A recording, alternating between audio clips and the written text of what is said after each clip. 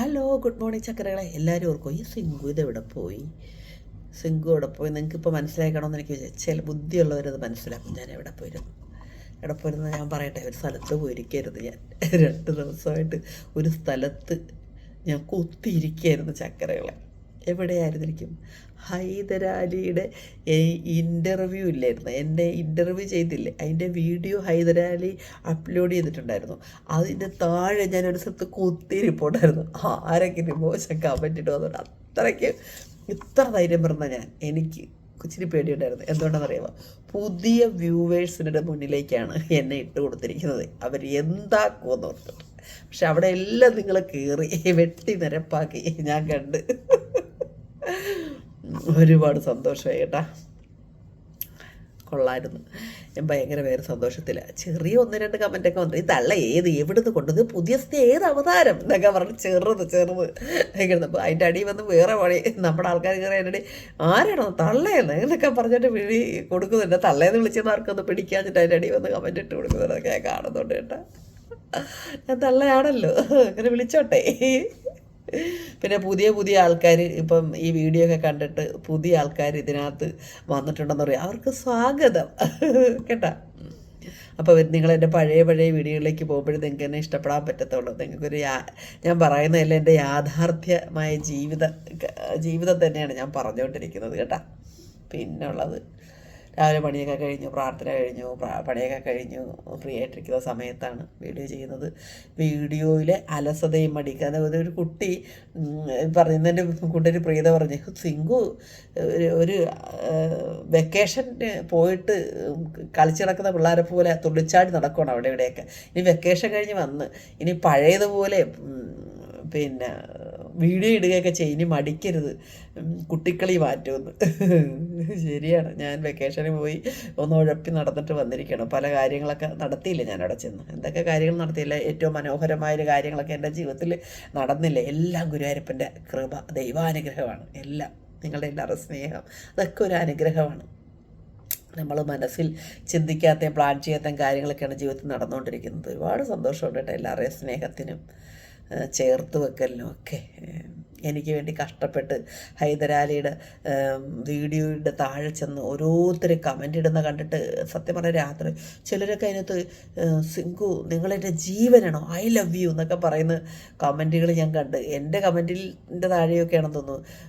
ഞാനത് നിങ്ങളെൻ്റെ ജീവനാണ്, ഞാൻ കണ്ടിട്ട് പോലും ഇല്ല അവരെ. എങ്ങനെ ജീവനായെന്ന് എനിക്കറിയത്തില്ല. എൻ്റെ വാക്കുകൾ അവർക്ക് കൊടുക്കുന്ന പ്രചോദനമാണോ എന്തോ എനിക്കറിയില്ല.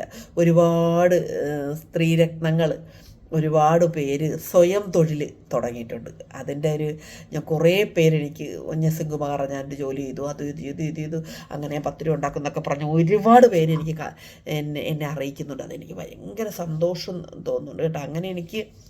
അങ്ങനെ നിങ്ങളുടെ ജീവിതത്തിൽ എന്തെങ്കിലും ഒരു മാറ്റം ഞാൻ മൂലം സംഭവിക്കുന്നുണ്ടെങ്കിൽ അതിനെനിക്ക് ഒരുപാട് സന്തോഷമുണ്ട് കേട്ടോ. ഇതിൻ്റെ ഒപ്പം നിങ്ങളോട് പറയുകയാണ്, കൂടുതൽ ഭാഗ്യാനുഭവങ്ങൾ ജീവിതത്തിലേക്ക് വരാനും നമുക്ക് കരുത്ത് പകരാൻ, നമ്മുടെ ആത്മാവിൽ ഇന്ധനം നിറയ്ക്കണം. അത് പ്രാർത്ഥന.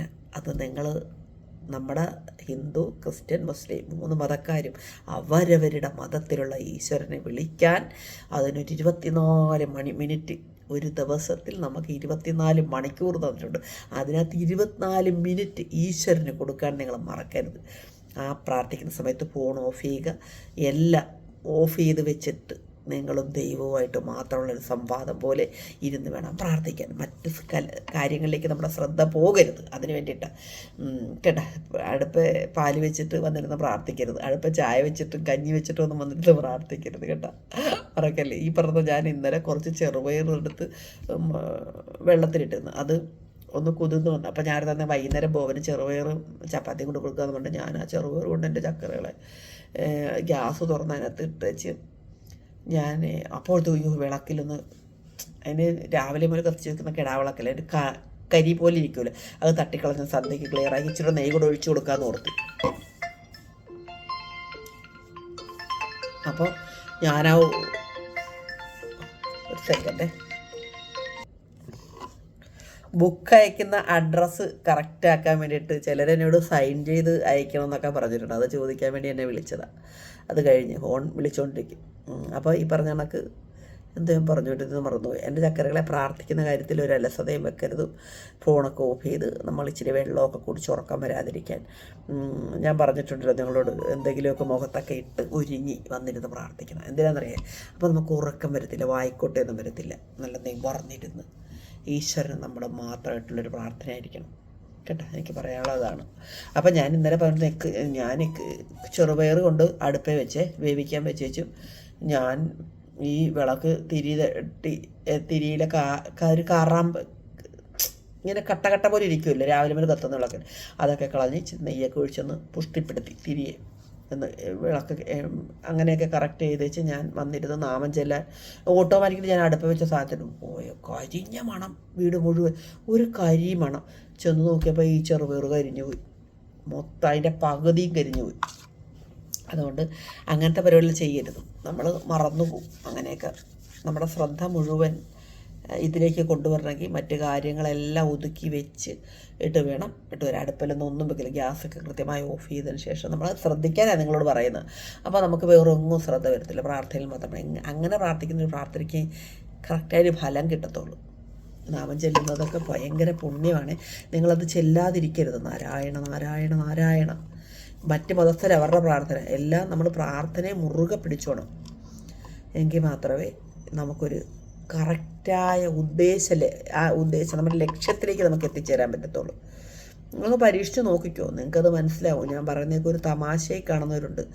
ജീവിതാനുഭവങ്ങൾ കുറേ പേര് ഇങ്ങനെ വിഷമിച്ച് കഷ്ടത്തിലാക്കുന്നവർ സീറോ ആയി വരുമ്പോഴായിരിക്കും നമ്മൾ പ്രാർത്ഥനയെക്കുറിച്ച്. ഞാനും അങ്ങനെ ഒരു സീറോ ആയിക്കഴിഞ്ഞപ്പോഴാണ് പ്രാർത്ഥന എടുത്തത്.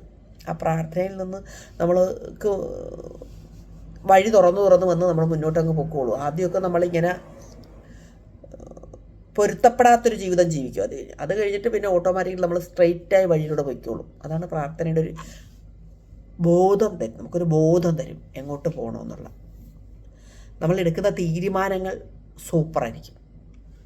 ക്ഷമ, സഹനം, എല്ലാവരോടും ക്ഷമിക്കാൻ നമുക്ക് പറ്റും. ഒരാൾ നമ്മളോട് മോശമായി പെരുമാറിയിട്ടുള്ളവരെ നമുക്ക് വൈരാഗ്യം വരാതെ അവരോട് നമുക്ക് ഇങ്ങനത്തെ ഒരു മനോഭാവം, അറിവില്ലായ്മ കൊണ്ടാണ് അവരങ്ങനെ ചെയ്തത് എന്നൊരു ചിന്ത നമ്മുടെ ഉള്ളിലേക്ക് വരും. അതുവരെ ഉണ്ടായിരുന്ന വെറുപ്പിനെ മാറിയിട്ട് അത് അവരുടെ അറിവില്ലായ്മയായി കാണാൻ പറ്റും. ഈ പ്രാർത്ഥിക്കുന്നവർക്ക് വരുന്നൊരു മാറ്റമാണിതൊക്കെ. മനസ്സിലായി? നമ്മളിപ്പോൾ ചില കാര്യങ്ങൾക്ക് വേണ്ടി നമ്മൾ പാടുപെട്ട് ഓടി അത് നടത്തിയിട്ട് സമാധാനമായിട്ടിരിക്കാം, ഇനിയിപ്പോൾ സമാധാനമായിട്ടിരിക്കാം എന്ന് വിചാരിക്കുമ്പോഴാണ് അടുത്ത പരിപാടി വേറെ വന്ന് കയറുന്നു. അപ്പോൾ നമ്മൾ ഹൃദയമേ ഒരു സൗകര്യമില്ലെന്ന് ഓർക്കും. പക്ഷെ അങ്ങനെ വിചാരിക്കരുത്. ഇതാണ് ജീവിതം. ഒരു പ്രശ്നങ്ങളും ഒഴിവായിട്ട് മനസ്സമാധാനത്തെ ജീവിക്കാമെന്ന് നിങ്ങൾ ജീവിതത്തിൽ പ്രതീക്ഷിക്കരുത്. ഒരു പ്രശ്നം വിടുമ്പോൾ ഭൂമിയിൽ ജീവിക്കുകയാണോ മനുഷ്യജന്മം എടുത്ത്, ഒരു പ്രശ്നം വിടുമ്പോൾ അടുത്ത പ്രശ്നം വരും. അതിനെ നേരിടാൻ നമ്മൾ റെഡിയായിരിക്കണം കേട്ടോ. അപ്പോൾ ഒരു പ്രശ്നം തീർത്തിട്ട് സമാധാനമായിട്ടിരിക്കുകയും ജീവിക്കാം എന്ന് നിങ്ങൾ വിചാരിക്കരുത്. എന്തെങ്കിലും മനസ്സിന് അലട്ടുന്ന നമ്മുടെ പ്രശ്നം നമുക്ക് മുന്നോട്ട് കൊണ്ടിട്ട് തരും. അപ്പോൾ അതിനെടുത്ത് വിനിയോഗിക്കുന്നതിലാണ് സാഹസികമായ ജീവിതം എന്ന് പറയുന്നത്. ഒരു പ്രശ്നം ഒരു കല്ല് വന്ന് എറിഞ്ഞ് വീണ്ടുണ്ട് തളർന്നു പോകരുത്. നമ്മൾ ജീവിതത്തിൽ പേടിച്ചു പോലും എന്ത് ചെയ്യണമെന്നത് അതിന് നല്ല ആത്മസംയമനത്തോടു കൂടി അതിനെടുത്ത് കൈകാര്യം ചെയ്ത് മുന്നോട്ട് പോയി ജീവിച്ച് കാണിച്ചു കൊടുക്കണം. ഓരോ പ്രശ്നങ്ങളെയും പുല്ലുപോലെ എടുത്തോണ്ടിരിക്കണം. ഒരുപാട് പ്രശ്നം വരും നമുക്ക്. ഒരു വർഷം നിന്നിട്ട് സുഖിക്കാമെന്ന് ആരും വിചാരിക്കേണ്ട കേട്ടോ. എപ്പോഴും വന്നുകൊണ്ടിരിക്കും. കുടുംബമായിട്ടൊക്കെ ജീവിക്കുകയാണെങ്കിൽ പറയുന്നുണ്ട്. കുടുംബമില്ലാത്തവർ എന്നീ കല്യാണമൊക്കെ കഴിക്കുന്നത് റിസ്ക് എടുക്കാൻ കഴിയില്ലേ. പക്ഷേ ഈ റിസ്കിനൊരു സുഖമുണ്ട് ചക്കരകളെ. കുറച്ച് കഴിയുമ്പം നമുക്കതിൻ്റെ സുഖം കിട്ടും. കുറച്ച് കഴിയുമ്പോൾ നമുക്ക് മനസ്സിലാവും. പിന്നെ എന്നും സുഖിക്കാമെന്നൊന്നും ആരും വിചാരിക്കേണ്ട. നിങ്ങളും ഇപ്പോൾ വലിയ കാറും വലിയ വീടും ബംഗ്ലാവും ജോലിയൊക്കെ ഉള്ളവരും അവരുടേതായ വിഷമങ്ങൾ, സ്വന്തമായിട്ട് വരുമാനവും ബാങ്ക് ബാലൻസൊക്കെ ഉള്ള ചിലരൊക്കെ ഉണ്ട്. അവരെയൊക്കെ ഒരുപാട് പേര് എൻ്റെ കൂടെ ഉണ്ട്, മനസ്സമാധാനം അറിയാത്തവർ. അപ്പോൾ നമ്മളോർക്ക് ഇവർക്കെല്ലാം ഉണ്ടായിട്ട് ഇവർക്ക് എന്തിനാണ് വിഷമം എന്ന്. അവർക്ക് അവരുടേതായ പ്രശ്നം കൊടുത്തിട്ടുണ്ട്. അപ്പോൾ പ്രശ്നത്തിൽ നിന്ന് ഈ ഭൂമി ചലിച്ചിട്ടുണ്ടെങ്കിൽ പ്രശ്നത്തിൽ നിന്ന് ഒഴിവായി നിൽക്കാമെന്ന് ആരും വിചാരിക്കരുത്. ഞാനും വിചാരിക്കരുത്. ഞാൻ എന്തൊക്കെ പ്രശ്നങ്ങൾ അഭിമുഖീകരിക്കുന്നുണ്ടെന്ന് അറിയാമോ? എൻ്റെ ദൈവമേ, ഒരുപാട് പ്രശ്നങ്ങളെ ഞാൻ അഭിമുഖീകരിച്ചാണ് മുന്നോട്ട് പോകുന്നത്. ഞാനപ്പോൾ ഓർക്കും ഇന്നൊരു പ്രശ്നമില്ലെന്ന്. അപ്പോഴായിരിക്കും വന്ന് 8ൻ്റെ പണിയായിട്ട് എന്തെങ്കിലും വന്ന് മുന്നിൽ വീഴുന്നത്. അതിനെടുത്ത് കറക്കി ചുറ്റി കളഞ്ഞു കഴിയുമ്പം അടുത്ത വർഷം വരും. ഇപ്പോൾ ബോബനോട് ജീവിക്കുകയാണ് ഞാനിങ്ങനെ ചുമ്മാ ഇപ്പോൾ യൂട്യൂബിൽ നിൽക്കുന്ന കുറേ പൈസ കിട്ടി സുഖിക്കുമെന്ന് നിങ്ങൾ വിചാരിക്കേണ്ട. ഞാനും ഒരുപാട് പ്രശ്നങ്ങളെ നേരിട്ടാണ് മുന്നോട്ട് പോകുന്നത്. ചില സമയത്തൊക്കെ നിങ്ങൾ എൻ്റെ മുഖം കാണുമ്പോൾ നിങ്ങൾക്ക് മനസ്സിലാവും. ഇപ്പം ഒരു പ്രശ്നം കഴിഞ്ഞിട്ടിരിക്കുമോ ഞാൻ എൻ്റെ മുഖം കണ്ടിട്ട് മനസ്സിലാവില്ല. ഒന്ന് ഞാൻ കരഞ്ഞിട്ട് ഞാനിപ്പോൾ എങ്ങനെ നടക്കും. ഇപ്പം എനിക്ക് സങ്കടം വരുമ്പം ഞാൻ റൂമിലിരുന്ന് എനിക്ക് മറ്റുള്ള ഓർമ്മിക്കരുത് കരഞ്ഞ് ഞാൻ പ്രാർത്ഥിക്കും. ദൈവത്തിൻ്റെ മുമ്പിൽ കരഞ്ഞ് പ്രാർത്ഥിച്ചിട്ട് കുറേ സമയം സൈലൻ്റ് ആയിട്ടിരിക്കും. എൻ്റെ സങ്കടം മുഴുവൻ അവിടെ കരഞ്ഞ് തീർത്തിട്ട് ഞാൻ പിന്നെ എഴുന്നേറ്റ് വരുന്നത് അങ്ങനൊരു സംഭവം ഇല്ലായിരുന്നു, അങ്ങനെ സംഭവം നടന്നിട്ടില്ലെന്നുള്ള മൈൻഡിലായിരിക്കും വരുന്നത് കേട്ടോ. അങ്ങനെ ആകണം നമ്മൾ. ഇതിങ്ങനെ പേറിക്കൊണ്ട് നടക്കരുത്. ഇത് കളയണം നമ്മൾ. ഞാൻ പറഞ്ഞല്ലോ മുറിയടച്ചിരുന്ന് പലർക്കും ഞാൻ പറഞ്ഞു അങ്ങനെ സിങ്കുമ്പ ഇങ്ങനെ ഞാൻ നിങ്ങൾ മുറിയടച്ചിരുന്ന് ദേഷ്യം ഇങ്ങനെ നമ്മൾ കരയാതിരുന്നാൽ നമുക്കത് മനസ്സിലിരുന്നിട്ട് ദേഷ്യവും വെറുപ്പും വൈരാഗ്യമായിട്ട് വരും. നമ്മൾ അങ്ങനെയൊന്നും ചെയ്യരുത്. നമ്മൾ എങ്ങനെയെങ്കിലും അത് കളയണം. ഒന്നെങ്കിൽ ദേഷ്യപ്പെട്ട് കളയണം, അതിലേ കരഞ്ഞ് കളയണം. മനസ്സിലായ?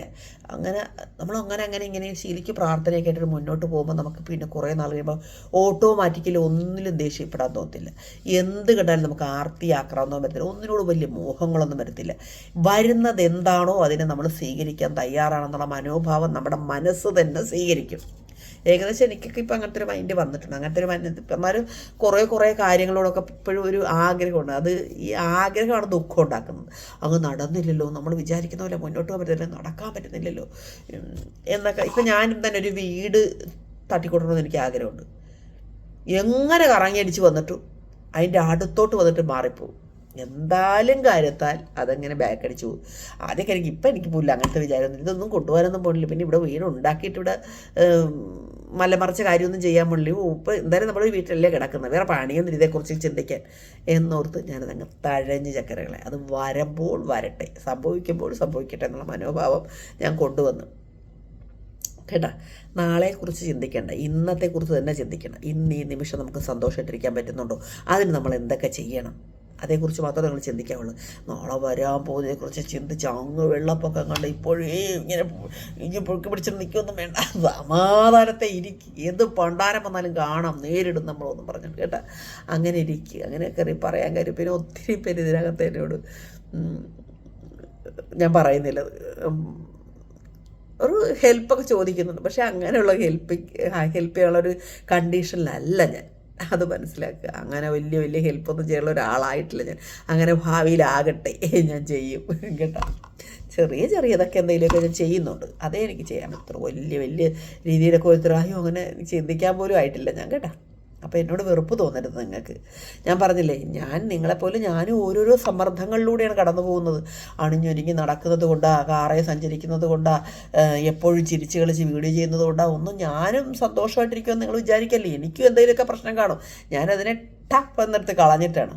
ഞാനങ്ങനെ ഒരു മനുഷ്യനും, എല്ലാ മനുഷ്യർക്കും അവരവരുടെ ദുഃഖവും പ്രയാസവും വിഷമവും കഷ്ടപ്പെടലുകളും പല പ്രശ്നങ്ങൾ നേരിടേണ്ട സംഭവങ്ങളും ഒക്കെ ഉണ്ട് കേട്ടോ. ഇതിനെല്ലാം അതിജീവിച്ച് സന്തോഷത്തോടെ ജീവിക്കുമ്പോഴാണ് നല്ലൊരു ജീവിതമായി മാറുന്നത്, പോസിറ്റീവായിട്ടിരിക്കാൻ പറ്റുന്നത് കേട്ടോ. സന്തോഷമായിട്ടിരിക്കും എല്ലാവരും. ഇതൊക്കെ പറഞ്ഞ് ബോറടിപ്പിച്ചോ നിങ്ങളെ ഞാൻ? ചെറിയ നിസ്സാര പ്രശ്നമായിട്ട് വരുന്നവരുണ്ട്, അവർക്ക് വേണ്ടിയാണ് ഞാനിപ്പോൾ ഇന്ന് ഈ വീഡിയോ ചെയ്തത് കേട്ടോ. സന്തോഷമായിട്ടിരിക്കും. ഓക്കെ ചക്കരകളെ, കുറച്ച് എന്തെങ്കിലും ഒരു കാര്യം നിങ്ങൾ ചിരിപ്പിക്കണമെന്ന് എനിക്ക് ആഗ്രഹമുണ്ട്. ഞാനൊന്ന് റെഡിയായി വരട്ടെ, ചിരിപ്പിക്കുന്ന കാര്യം കൊണ്ട് വരാൻ നോക്കാം. ഓക്കെ.